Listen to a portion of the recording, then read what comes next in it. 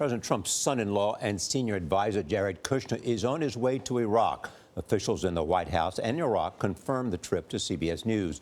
Kushner is traveling ahead of the president's meetings this week with 3 foreign leaders, including China's president. Mr. Trump said in a weekend interview that if China does not crack down on North Korea's nuclear program, the United States would do it alone. Major Garrett is at the White House. Major, good morning. Good morning. Increasingly, if it is a foreign policy meeting or trip that President Trump really cares about, Jared Kushner is going to be there. What he lacks in experience, he more than makes up for in trust and loyalty. And that's made Kushner's foreign policy portfolio larger than anyone else's in this new White House. Senior advisor Jared Kushner is making his unannounced visit to Iraq with the chairman of the Joint Chiefs of Staff, General Joseph Dunford.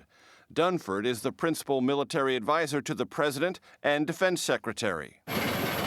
Kushner is not the first Trump administration official to visit the country.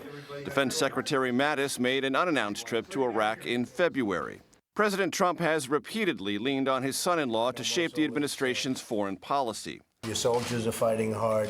Kushner was at the table last month when President Trump met with the Iraqi Prime Minister at the White House.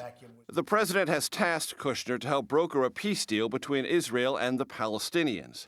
And he has been front and center during visits by the Israeli and Japanese prime ministers. He trusts his son-in-law. Anita McBride, former chief of staff to Laura Bush, says the 36-year-old Kushner has broad influence. His expanding role is something that is indicative of, obviously, the deep level of trust that the president puts in him to be an innovator and to come up with different ideas.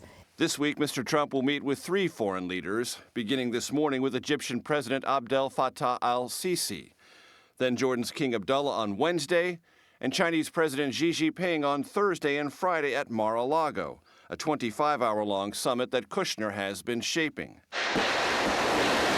Recent North Korean provocations will be at the center of talks with China. In an interview with the Financial Times, President Trump said, quote, "If China is not going to solve North Korea, we will." Kushner's role in domestic policy is substantial as well. He's been known to run economic meetings convened by the president, speaking largely while the president looks on approvingly. His wife Ivanka, also a domestic policy force within this White House. And on Friday, according to financial disclosure forms released by the White House, the two have combined assets of between $240 million and $714 million. Both Norah remain beneficiaries of their real estate and investment businesses. All right, Major, thank you so much.